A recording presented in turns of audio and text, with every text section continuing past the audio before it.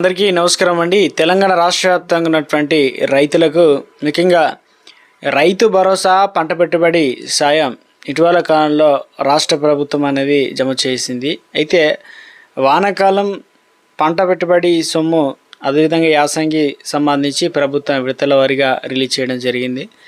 ఇందులో వచ్చేసి చాలామందికి వానాకాలం యాసంగి సీజన్ డబ్బులు అనేది జమ కాలేదన్నమాట. సో వారికి ఎప్పటి నుంచి జమ కావడానికి అవకాశాలు అయితే ఉంది. దీనిపైన కీలక అప్డేట్ అయితే వచ్చిందనమాట. తెలంగాణ రాష్ట్ర వ్యాప్తంగా వీరి ఖాతాల్లో 10,000 రూపాయలు అనేది ప్రభుత్వం జమ చేయడానికి సిద్ధమైందనమాట. సో ఎవరెవరికి జమ చేయబోతున్నారు, ఏంటి, కావాల్సిన పత్రాలు ఏమి ఇవ్వాలి, సో వెరిఫికేషన్కి వస్తారా, దరఖాస్తులు తీసుకుంటారా, సో ఇందుకు సంబంధించి పూర్తి ఇన్ఫర్మేషన్ కూడా తెలుసుకునే ప్రయత్నం చేద్దాం. మరొక అప్డేట్ అయితే ఉందన్నమాట. తెలంగాణ ఇటు దేశవ్యాప్తంగా పీఎం కిసాన్ సమ్మాన్ నిధి యోజన పథకానికి సంబంధించి సో మరోసారి వీరి ఖాతాల్లో అయితే డబ్బులు 4,000 రూపాయలు నుంచి ప్రభుత్వం అనేది జమ చేయడానికి అన్ని ఏర్పాట్లు చేస్తున్నట్లు ఒక అప్డేట్ అయితే రావడం అయితే జరిగిందన్నమాట. ఆ వివరాలన్నీ కూడా వీడియోలో తెలుసుకునే ప్రయత్నం చేద్దాం. వీడియోని చివరి వరకు చూడండి, అర్థమవుతుందండి. మొదటిసారిగా ఛానల్ చూస్తున్నట్లయితే తప్పకుండా సబ్స్క్రైబ్ చేసుకోండి. చూస్తున్నారు కానీ లైక్ చేయడం మర్చిపోతున్నారండి, వెంటనే లైక్ చేయండి. మిత్రులందరూ కూడా వీడియోని షేర్ చేయండి.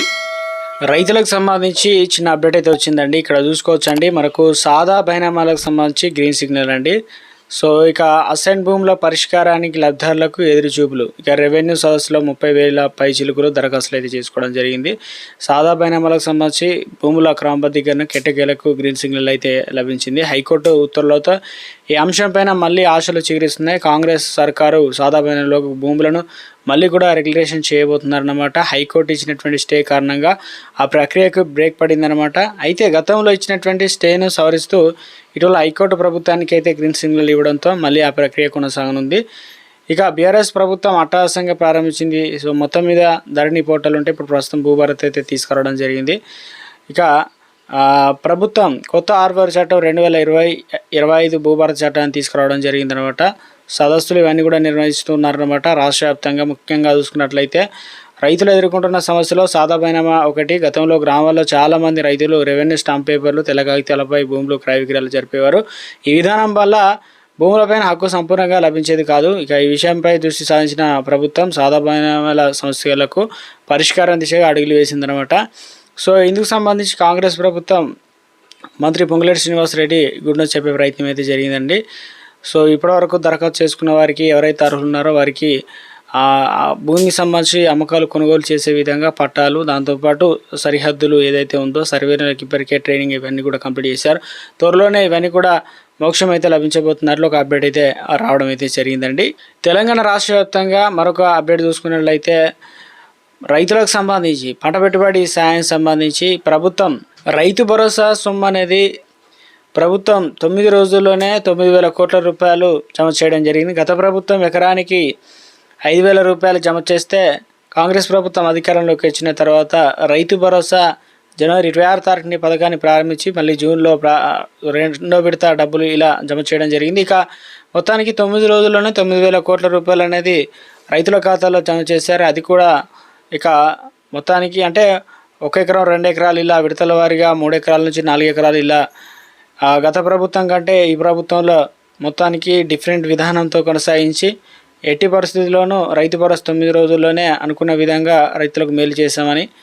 ఇక రైతు రుణమాఫీ సంబంధించి 2 లక్షల వరకు హామీ ఇచ్చిన మేరకు చాలామందికి రుణమాఫీ అయితే కావడం జరిగింది. చాలామంది ఇందులో కూడా రుణమాఫీ సంబంధించి కొన్ని ఏదైతే ఆధార్ కార్డు కావచ్చు, బ్యాంక్ అకౌంట్ కావచ్చు, ఏదైతే పేర్లు మిస్ మ్యాచ్ కావడం వల్ల కొంతమంది కాలేదంటున్నారు. అయితే రైతు రుణమాఫీకి సంబంధించి 2 లక్షల పైన ఉన్న వారికి ఎప్పుడు జమ చేస్తారని కూడా ఎదురు చూస్తున్నారన్నమాట.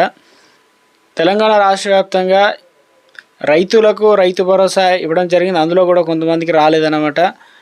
ప్రభుత్వం మిగిలిపోయిన పథకాల్లో భాగంగా ఆ పెండింగ్ పాత బకాయిలు ఏదైతే ఉన్నాయో ఇందుకు సంబంధించి ప్రభుత్వం ఇటీవల కాలంలో గుడ్ న్యూస్ అయితే తీసుకురావడం జరిగిందండి. అందులో వచ్చేసి వ్యవసాయ కూలీలు, అందులో కౌలు రైతులు ఉన్నారు, అదేవిధంగా వ్యవసాయ కూలీలు అయితే ఉన్నారన్నమాట. వారికి కూడా ప్రభుత్వం 12,000 రూపాయల చొప్పున అందజేస్తామని చెప్పింది. మిగిలిపోయిన పథకాల్లో భాగంగా 6,000 కోట్ల రూపాయలను ఆర్బీఐ దగ్గర నుంచి అప్పు రూపంలో సేకరించడం అయితే జరిగిందనమాట. సో ఇవన్నీ కూడా ఆర్థిక శాఖకు చేరిన వెంటనే మహాలక్ష్మి పథకాలు అదేవిధంగా మిగిలిన పథకాలు ప్రభుత్వం ఇవ్వడానికి అన్ని ఏర్పాట్లు చేస్తున్నట్టు తెలుస్తుంది. ఇందుకు సంబంధించి సర్వే నివేదిక ఇవన్నీ కూడా వచ్చిన వెంటనే ఇక కౌలు రైతులకు కొత్త మార్గదర్శకాలతో పాటు ఇక రైతు భరోసా అనేది మిగిలిపోయిన రైతులకు ప్రభుత్వం అయితే త్వరలోనే ఈ పంచాయతీ ఎలక్షన్లు అయితే ఉన్నాయి కాబట్టి ప్రభుత్వం సిద్ధమవుతున్నట్లు తెలుస్తుందన్నమాట. అప్డేట్స్ అయితే అందుతున్నాయన్నమాట. ఇక రాష్ట్రంలో ఇప్పటికే పీఎం కిసాన్ సమ్మాన్ నిధి యోజన పథకం అయితే ఉందన్నమాట. ఈ పథకానికి సంబంధించి ప్రభుత్వం నుంచి అంటే రైతులకు ఈకేవై చేసుకోకపోవడం, ఆధార్ సీడింగు ఇవన్నీ కూడా చేసుకోక చాలామంది గవర్నమెంట్ ఏదైతే చెప్పిందో ఫార్మాట్ ప్రకారం చేయకపోవడం వల్ల డబ్బులు అనేది జమ కాలేదన్నమాట. సో 11 విడతల నుంచి 20 విడత వరకు ఏ విడత కూడా డబ్బులు జమ కాకపోయినా వాయిదాల రూపంలో ఒక్కసారే 9 విడతలు కలిపి మొత్తం 18,000 రూపాయలు జమ చేస్తామన్నారు. ఒకవేళ 2 విడతలు కనుక జమ కాకపోతే 4,000 రూపాయల నుంచి 18,000 రూపాయల వరకు అయితే జమ కావడం జరుగుతుంది. సో ఇప్పుడు తెలంగాణ రాష్ట్ర వ్యాప్తంగా ఇటు ఆంధ్రప్రదేశ్ రాష్ట్రంలో కూడా రైతులు తప్పనిసరిగా మీరు 21 విడత డబ్బులు పొందాలన్నా కూడా 2,000 రూపాయలు, ఎందుకంటే సంవత్సరానికి 3 విడతలు వచ్చేసి 6,000 రూపాయలు అయితే ప్రభుత్వం జమ చేస్తూ వస్తుంది. మీరు ఈకేవైసీ అనేది కంప్లీట్ చేసి ఉండాలి, Aadhaar card bank account link చేసి ఉండాలి, అదేవిధంగా మీ బ్యాంక్ అకౌంట్కి సంబంధించి ఏ అకౌంట్ అయితే ఇచ్చారో ఆ అకౌంట్ అనేది యాక్టివ్లో ఉంచుకోవాలన్నమాట. ఇక ఎన్పిసిఐ లింక్ అనేది చేసుకోవాలన్నమాట. అప్డేట్ అనేది ఉండాలన్నమాట. ఎన్పిసిఐ ఎనేబుల్ ఉందా అనేది చాలా ఇంపార్టెంట్, ఎందుకంటే ప్రభుత్వం రిలీజ్ చేసిన వెంటనే డబ్బులు ఆగిపోకూడదంటే డీబీటీ అనేది ఎనేబుల్ అయితే ఉంచుకోవాలన్నమాట.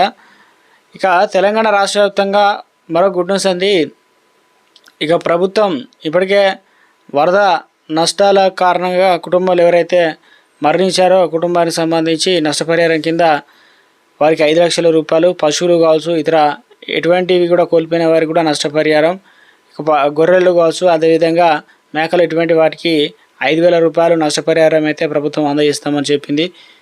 తెలంగాణ రాష్ట్ర వ్యాప్తంగా ఇప్పటికే రాష్ట్రంలో చాలామంది పంట నష్టపరిహారం కోసం ఎదురు చూస్తున్నారన్నమాట.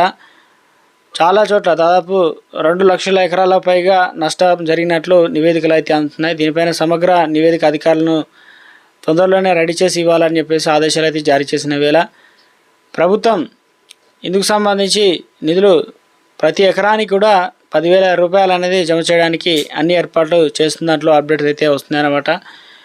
ఎంతవరకు అంటే కొన్ని జిల్లాల్లో ప్రకృతి వైపరీత్యాల వల్ల పంట నష్టం అయితే జరిగిందనమాట. వారికి ప్రభుత్వం తొందరలోనే ఈ 10,000 రూపాయలు అనేది వారి ఖాతాలో అయితే జమ చేస్తారన్నమాట. కేంద్రం నుంచి ఇటు రాష్ట్రాల నుంచి కలుపుకొని బీమా సదుపాయాన్ని అయితే అందించడం అయితే జరుగుతుంది. సో వారి ఖాతాలో అయితే నిధులు 10,000 రూపాయలు జమ కావడం జరుగుతుంది. రాష్ట్ర వ్యాప్తంగా రైతులకు సంబంధించి పంట పెట్టుబడి సాయం, రైతు భరోసా అనేది ప్రభుత్వం ప్రతిష్టాత్మకంగా తీసుకోవడం అయితే జరిగిందనమాట. సో ఇక తెలంగాణ రాష్ట్రంలో యూరియాకు సంబంధించి కూడా రైతులు ఇబ్బంది పడుతున్న వేళ వ్యవసాయ శాఖ మంత్రి తుమ్మల నాగేశ్వరరావు కేంద్ర వ్యవసాయ శాఖ మంత్రిని అయితే కలిసి యూరియాకు సంబంధించి అదేవిధంగా రావాల్సినటువంటి ఆయిల్ ఏదైతే ఉన్నాయో పామ్ ఆయిల్ సంబంధించి అమౌంట్ కావచ్చు, యూరియా ఏదైతే తెలంగాణ రాష్ట్రంలో ఎన్ని క్వింటాల వరకు ఎన్ని టన్నుల వరకు తక్కువ పడిందో వాటిపైన కూడా దీనికి సానుకూలంగా స్పందించాలని ప్రభుత్వాన్ని అయితే మరి కేంద్రాన్ని డిమాండ్ చేసే ప్రయత్నం అయితే జరుగుతుంది. త్వరలోనే తెలంగాణ రాష్ట్రానికి ఈ కొరత తీరే అవకాశాలు అయితే ఉన్నట్టు తెలుస్తుంది. మొత్తం మీద చూడాలి మరి ఏం జరుగుతుంది అనేది. తెలంగాణ రాష్ట్ర వ్యాప్తంగా రైతులకు సంబంధించి ప్రభుత్వం ఏ నిర్ణయం తీసుకున్నా ఎటువంటి అప్డేట్ వచ్చినా ఇప్పుడు ఇందులో వచ్చేసి రైతులకు సంబంధించి భూభారతిలో ఒక లేటెస్ట్ అప్డేట్ అయితే తీసుకొచ్చారనమాట. అది ఏంటంటే భూ సమస్యల పరిష్కారం కోసం భూభారతి పోర్టల్కు సర్వే మ్యాప్ లింక్ అనేది చేసేలా ఒక కొత్త సాఫ్ట్వేర్ అంటే ఇప్పటివరకు కాకుండా కొత్త విధానం తీసుకురావడం జరుగుతుందన్నమాట. పారదర్శకత, రెవెన్యూ, స్టాంపులు, రిజిస్ట్రేషన్, సర్వే విభాగాలన్నింటినీ కూడా ఒక సంధానం అంటే వీటినన్నింటిని ఒకే తాటిపై తీసేందుకు సాఫ్ట్వేర్ని అయితే రూపొందిస్తున్నట్టు పొంగిలేటి శ్రీనివాసరెడ్డి తెలియడం జరిగింది. సో ఇక దీనివల్ల ముఖ్యంగా చూసుకున్నట్లయితే ఈ సందర్భంగా భూభారతి చట్టంలో రిజిస్ట్రేషన్ సర్వే మ్యాప్ను జత చేయాలని చెప్పడం జరిగింది. భూభారతి పోర్టల్కు సర్వే మ్యాప్ లింక్ అనేది చేసేలా సాఫ్ట్వేర్ను అభివృద్ధి పరుస్తున్నట్లు చెప్పడం అయితే జరిగిందనమాట. ఇవన్నీ కూడా జత చేయడం అయితే జరుగుతుందని చెప్పేసి ఇక కొత్తగా అభివృద్ధి చేసిన సాఫ్ట్వేర్లో కోర్టు కేసులు అదేవిధంగా మానిటరింగ్ సిస్టమ్ ఉండేలా కూడా చూడాలని చూస్తున్నారు. అదేవిధంగా నక్షలేని 5 గ్రామాల రీసర్వే చేసి కొలిక్కి వచ్చే నేపథ్యంలో మిగిలిన 408 త్వరలోనే రీసర్వే ప్రారంభించబోతున్నట్లు వెల్లడించడం అయితే జరిగిందండి.